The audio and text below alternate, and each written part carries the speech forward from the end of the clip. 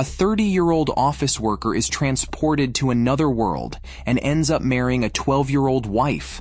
Although Ars isn't good at many things, he attracts talents with his golden identifying ability.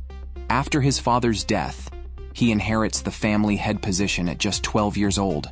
He also helps the local lord in his domain to fight for power as the empire is corrupt and rife with rebellions. After the governor of Mishan state, where Ars's domain is located, dies, his eldest and youngest sons start a power struggle, splitting the state into two factions. Ars supports the eldest son, Kuran, and is currently traveling to join the war. Mireille and Charlotte enjoy the scenery atop the carriage, with Charlotte tasting the sea for the first time and discovering its saltiness, unlike Mireille, who has traveled extensively. Noticing Charlotte's disappointment, Ars comforts her, promising to travel together after the war. They soon arrive at Santapula City, where many lords have gathered. Despite being young and from a remote area, Ars faces initial disdain. However, Curran greets him warmly, recognizing Mireille, his former advisor who had previously refused Curran's invitation, but is now with Ars. Curran, unbothered, reprimands other lords who doubt Ars and Mireille, urging cooperation before starting a military meeting. The current military strength is 110,000 on their side against the enemy's 130,000. Despite being outnumbered, they have the wealthy city of Santapula, better funding, and superior soldier quality. However, the enemy has talented commanders, and neutral nobles are being drawn to them.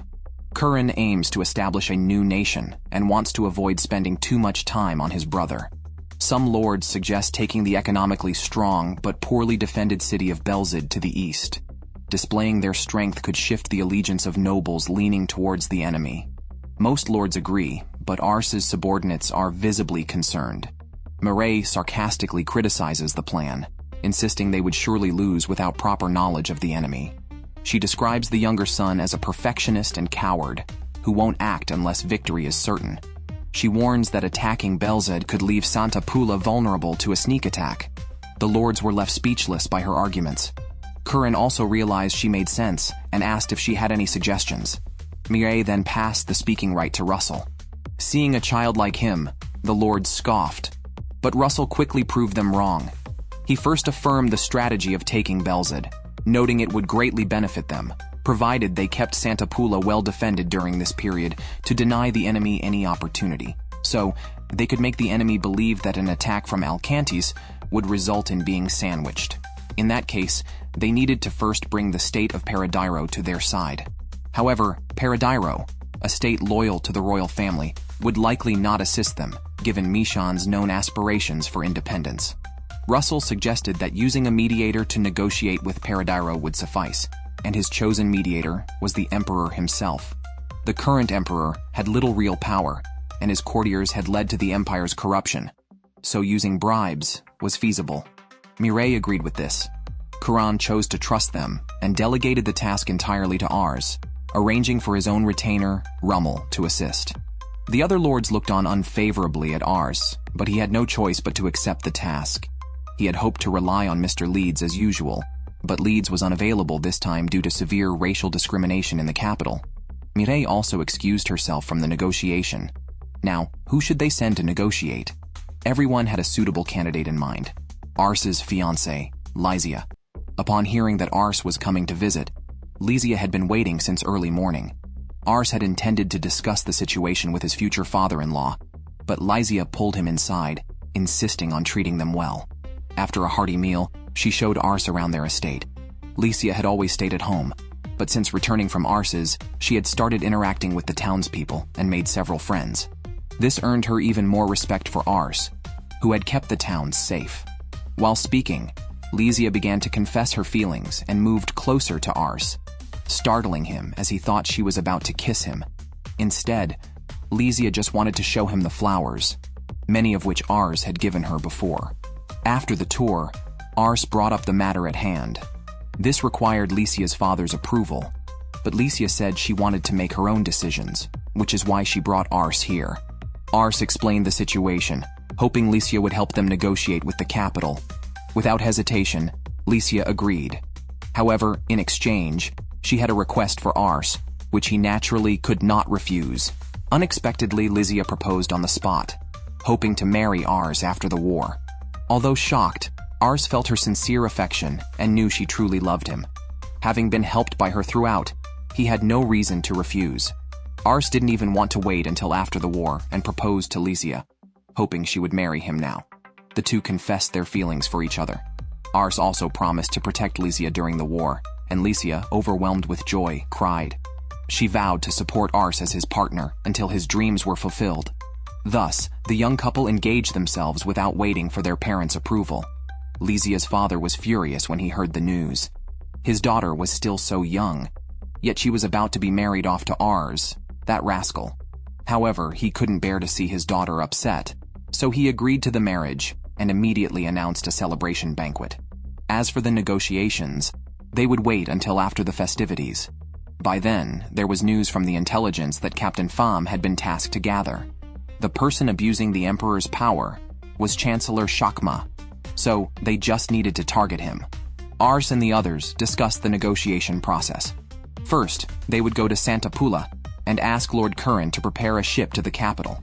Upon arrival, they would employ Chancellor Shakma to mediate with Paradiro State. Then, they would attempt formal negotiations with Paradiro, asking them to become allies. Lysia was in charge of the negotiations. However, being young, the other party might not trust her, so she would bring Rummel, a trusted aide of Lord Curran, for more credibility. Mireille was very pleased with Lysia's performance, proud that she was Ars's fiancée. Charlotte, on the other hand, was displeased, questioning if it was the right time for marriage with war looming. Lysia silenced her with a few words, and Charlotte agreed to come along to protect them. After Ars and his party set off, Captain Pham rode after them, reporting new intelligence that the younger son had allied with Sight State. He then left after sharing the news. Ars checked the map, realizing their camp could be sandwiched between the younger son's forces and Sight State. If Sights attacked Mishan State, Ramberg would be the first to be hit. Lysia comforted Ars, urging him not to worry too much. If they could successfully sway Paradiro State, the battle situation could be balanced, and they could catch the enemy by surprise. However, this made the success of the negotiations crucial. Suddenly, the carriage jolted, spilling several books on political science from Lysia's bag. It turned out Lysia had also been working hard in secret. After all, she was to be Ars's wife, and must fully support him. Upon reaching Santa Pula, Curran informed them of the situation. Lysia mentioned they were already aware, and after negotiations with Paradiro State, they would negotiate with Sight State, asking them not to advance. Curran was also pleased with Lysia's performance, and upon hearing Ars and Lysia had already married, he congratulated them. Then, Curran's eldest son Rengu came to greet them, and Ars recognized Rengu's capabilities. Curran invited him for a private talk, expressing concerns about his son's abilities. Previously, he had let him be, but now he wanted to encourage his strengths, unsure of what they were. Ars frankly admitted that Rengu's current capabilities were not high, but his potential was promising. Reassured by Ars's words, Curran was relieved. Preparing the ships would take some time, so Ars and his party went shopping. Charlotte was not shy about buying a lot of local products. Lysia, as a wife, was more reserved, but Ars noticed her eyeing a brooch and bought it for her. It was just a simple gift, as he planned to give her a formal engagement gift later. Lysia happily accepted the brooch, and they boarded the ship together. Rengu unexpectedly joined us, eager to achieve great deeds in the capital and impress his father. However, shortly after we set sail, Rengu became seasick. While he was leaning over the side of the ship, he noticed people on a small boat waving at us. We pulled them aboard and learned they were fishermen who had been adrift at sea. Charlotte offered them wine, but they quickly took her hostage, unfortunately grabbing the strongest among us. Annoyed, Charlotte blew them up. However, Ars noticed their weapons were not swords, but kitchen knives used for fishing, suggesting they were not pirates. The leader confessed they were fishermen who worked at the capital's port. They used to borrow money from the government to fish, but as the capital's finances worsened, they could no longer get loans and had to borrow from merchants at high interest rates, leaving them desperate. Ars sympathized with their plight and gave them 3 gold coins as a loan, expecting repayment once they earned money. Rengu was shocked, believing these men untrustworthy, but Ars explained that a leader who does not trust his people cannot gain their trust. Even if betrayed, without mutual change, their relationship would remain the same. By trusting the people, they would eventually trust him back, although Rengu still thought Ars naive. Nevertheless, the fishermen left with the money Ars provided, and we soon arrived at the capital, a city center surprisingly run down. The streets were filled with impoverished people while the nobility lived in wealth, blind to the poor. Rengu optimistically suggested that Chancellor Shakma was blinded by money and would be an easy opponent in negotiations. However, Lysia remained cautious and prepared for the next day's talks, which surprisingly involved wearing a beautiful dress. Shakma, already informed of their arrival, was waiting at the castle. Ars assessed him and found his political skill, intelligence, and ambition very high, making him a tough negotiator. Shakma simply invited them to sit without much regard for who they were, only caring about the money involved. The negotiations began as Lysia had anticipated. On the ship, she had already gathered everyone to discuss. They could only offer 2,000 gold coins. If Shakma wanted more, they would have to return for more funds. The goal was to make Shakma feel like he was getting a good deal by starting with a low offer. Lysia initially offered 500 gold coins. Shakma asked if she had missed a zero, to which Lysia playfully responded, suggesting that 5,000 gold coins would exceed the capital's annual budget. Before arriving, she had already observed the city's condition and knew Chancellor Shakma was facing financial difficulties. Thus, they began a tough negotiation. Eventually, Lysia reluctantly offered 1,000 gold coins, claiming that was all they had. To everyone's surprise, Shakma agreed, and the negotiation seemed successful. However, Rengu, naively, blurted out that they actually had 2,000 gold coins and insisted on offering the full amount, not wanting to seem stingy. His comments jeopardized the negotiation as Shakma was no longer satisfied with the deal, wanting economic compensation. With only 2,000 gold coins in hand, they could only watch as Shakma walked away. Rengu, the instigator, was remorseful and realized they needed to return to Santapula to gather more funds. He blamed Ars and Lysia, thinking if they had initially offered 2,000 gold coins, the Emperor would have mediated, and they wouldn't have underestimated Santapula's financial strength. Ars was speechless, and in a critical moment, it was Lysia who chased after Shakma to apologize. She took off her coat and dress, removed her expensive jewelry, and offered them as part of the deal. Shakma's assistant confirmed the items were worth 500 gold coins, and eventually, Shakma agreed to their terms. After the negotiation, Ars was relieved despite the troubles, but Lysia said everything went as expected. The most important thing for them was not to lower the amount, but to quickly conclude the negotiations. Even if Rengu hadn't revealed they had 2,000 gold coins, the negotiation wouldn't have ended so easily. Shakma would have looked for a chance to be bribed, so Rengu's remark was just a trigger for the event. Lysia had prepared her clothes and jewelry ahead, and the negotiation ended successfully, without Shakma realizing their strategy. So, everything was within Lysia's expectations. However, Rengu was unhappy again, feeling Ars and Lysia were dishonest, questioning how such people could be loyal to Mishan. Rummel earnestly explained to the young lord that having power from birth meant he didn't need to lie or flatter others, but Ars and Lysia had to think about how to protect their people as lords, and lying was justifiable for that cause. It didn't mean they didn't love Mishan, but Rengu still couldn't accept it and ran away, crying. Ars quietly left, understanding that Rengu's outburst was due to his straightforward nature rather than dislike. Rummel mentioned Rengu just hadn't learned how to express love yet, but believed he could become an excellent king. Meanwhile, Shakma wrote to Paradiro as agreed. A week later, Paradiro's envoy arrived in the capital, and Rengu returned just before the negotiations, although no one knew what he did during that week. The negotiations were set to start again.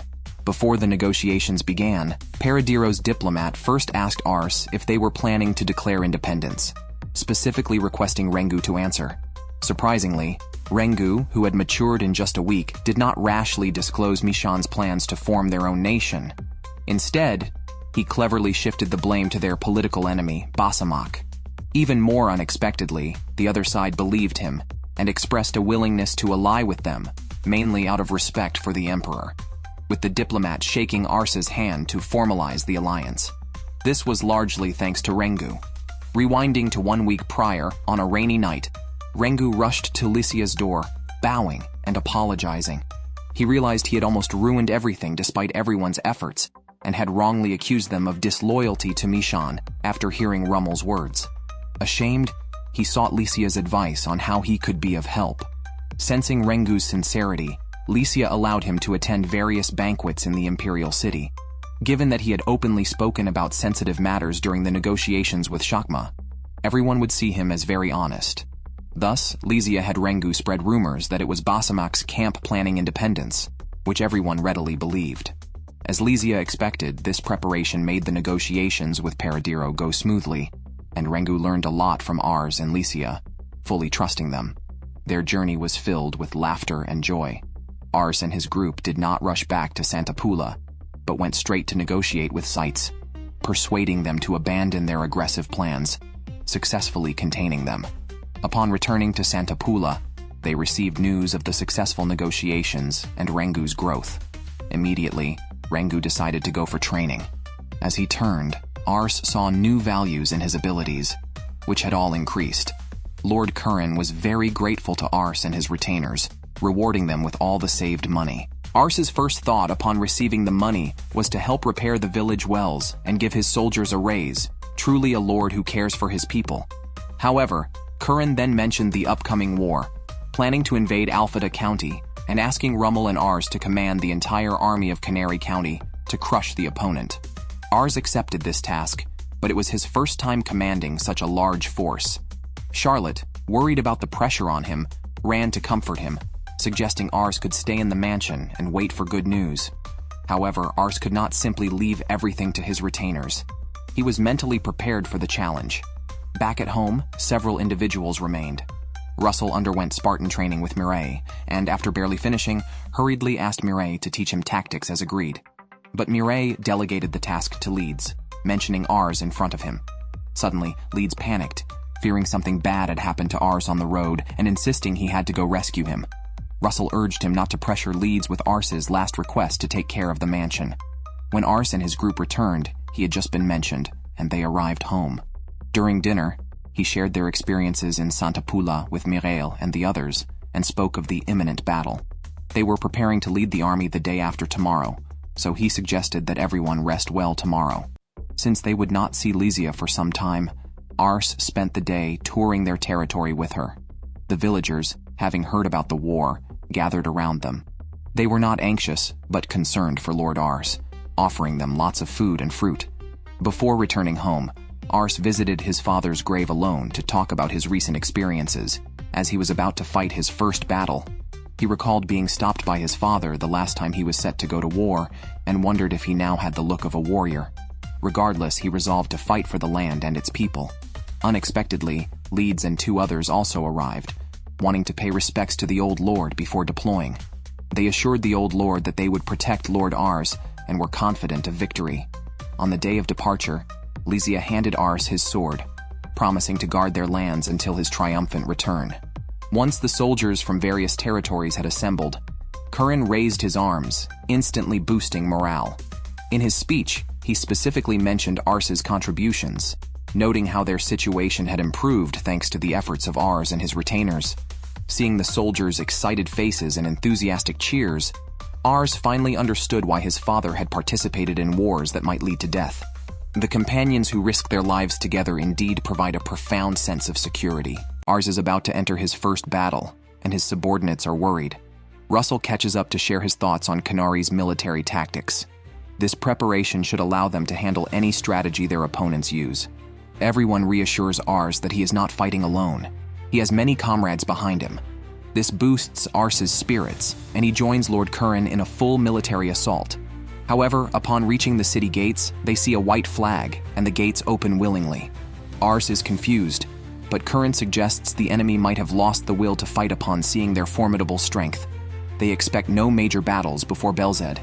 Ars is relieved, not realizing this is all part of Basamak's strategy, sacrificing one territory to make the enemy overconfident, then setting a trap in the next, with a major general lying in wait. This bald general is very confident about the upcoming war, assuring the Lord not to worry and to leave everything to him. However, the Lord's daughter is unhappy and disapproves of her father's subservience to the bald man. She argues that they cannot entrust everything to someone else in a war that affects their subjects. The Lord confesses he cannot bear such a heavy burden, letting the bald man take the lead, as he only needs to defend the most critical strongholds. Concerned for her aging father, the daughter volunteers to help defend these key points. Meanwhile, Curran's camp discusses their battle plans. The leader wants to end the fight with minimal casualties. Ars looks to Russell, who shares his strategy. Given that Samak County has 3 fortresses each manned by about 1,000 soldiers, they plan to attack each fortress with 3 divisions of 4,000 troops. Such an overwhelming force should quickly secure a surrender. The main force will wait near the towns, ready to converge with the divisions and force Samak City to surrender. Curran instructs Ars and Rummel's Canary army to capture the most crucial fortress. The next day, the army sets out. From a mountain vantage point, Ars and his team scout the enemy. Russell thinks it urgent to send scouts to the fortress's peak to assess the enemy's formation, enabling an efficient attack. Mireille, however, thinks Russell is being too textbook, arguing that third-rate commanders only think of using their forces effectively, whereas first-rate ones consider how the enemy might defeat them. Regardless of the enemy's formation, the disparity in military strength is evident. They are bound to lose unless they have a unique trick up their sleeve. Persuaded by Mireille's point of view, Russell rethinks his approach. If it were up to him, he would encircle and besiege the fortress.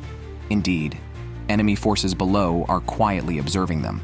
Russell acknowledges the lesson and quickly takes notes. Lord Serena's daughter also received news of the enemy's approach.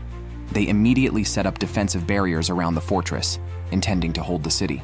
Ars and his team only need to use magic to break the barrier and then storm in. Charlotte leads the magic soldiers to launch a coordinated attack on the fortress, but unexpectedly, the barrier remains intact. However, Charlotte hadn't acted yet.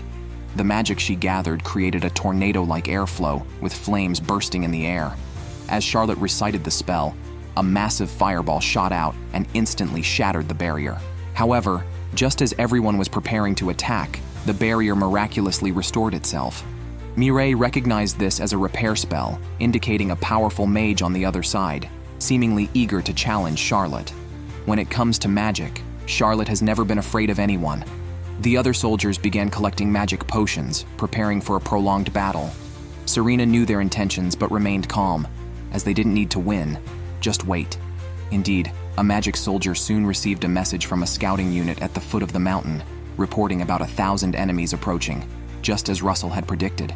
They proceeded with the plan, and Rummel dispatched 2,000 soldiers to meet the enemy. But then, further information revealed that the enemy's main force seemed to be waiting in the rear, with 10,000 troops coming. Mireille quickly realized that the enemy was betting everything. Ars asked what to do, as they could no longer proceed with the plan. Facing such numbers, they couldn't win if they went to meet them, and couldn't capture the fortress quickly while risking being sandwiched by the enemy. Unless they could seize the fortress before the encirclement team arrived, and wait for Curran's main forces to support them, thus encircling the enemy in turn. Alternatively, they could retreat to minimize losses. Rummel didn't hesitate to choose the latter, unwilling to risk 4,000 soldiers. However, Ars stopped Rummel, believing in his subordinates' capabilities. He trusted his judgment and his comrades, and asked Leeds if he could hold off the enemy's 10,000 troops for half a day. Leeds boldly claimed he could hold them off for a whole day, or even defeat them outright. Charlotte, not to be outdone, said she could break through the barrier in an hour. Ars wasn't just being reckless. A retreat would not only reset the situation, but also give the enemy time to send more reinforcements, potentially prolonging the war. Conversely, capturing the fortress now could lead to significant strategic gains. Ultimately, Rummel chose to trust them. At this moment, the approaching army of 10,000 was feeling triumphant, convinced that the enemy was utterly terrified. But before they could finish that thought, a barrage of arrows rained down from the sky, followed by the notorious Black Reaper of Ramberg. An hour earlier, Leeds had explained the battle strategy to his troops. Even if there was a significant difference in strength between the two forces, fighting on the narrow mountain path would equalize the frontline combat power. To prevent the enemy from spreading out, some soldiers were positioned on both sides of the path to shoot arrows. Leeds would handle the rest. Meanwhile, Charlotte continued to lead the magic soldiers in relentless assaults, But no matter how much they attacked, the barrier quickly repaired itself. It had become a battle of attrition involving magic potions. After all, this was the enemy's home ground, and they were well prepared. The only way to stop them was to destroy their magic potion device, preventing them from using the barrier repair magic. However, Charlotte and her team were already attacking at full strength, and the enemy still had plenty of magic potions left. Preparations made by the Lord just in case. Serena was unhappy, feeling that this was her father's lack of trust in her. So she needed to prove her strength and reinforce the barrier again. At this point, Charlotte and her team had only a little magic potion left. Charlotte sighed and decided to use that move. She instructed her subordinates to concentrate all the magic potion on her, allowing her to cast a massive spell, though it would place a huge burden on the caster. Charlotte assured Ars not to worry about her. Discovered by Ars, she was determined to succeed for her excellent master. Seeing the resolve in Charlotte's eyes, how could Ars possibly stop her? Both of his deputies were striving in their own ways. Charlotte launched a massive spell, a sky filled with fireballs, numerous and long-lasting, overwhelming the barrier's repair capabilities. Serena had no choice but to increase her output, but her magic wand and the magic potions behind her were shattered. The barrier completely disappeared. Charlotte turned to Ars with a smile. "How about that? My magic is powerful, isn't it?" Ars also smiled, praising her magic as the best in the world, then caught the collapsing Charlotte. Soon after, Leeds and his troops also returned victorious. The first battle was theirs,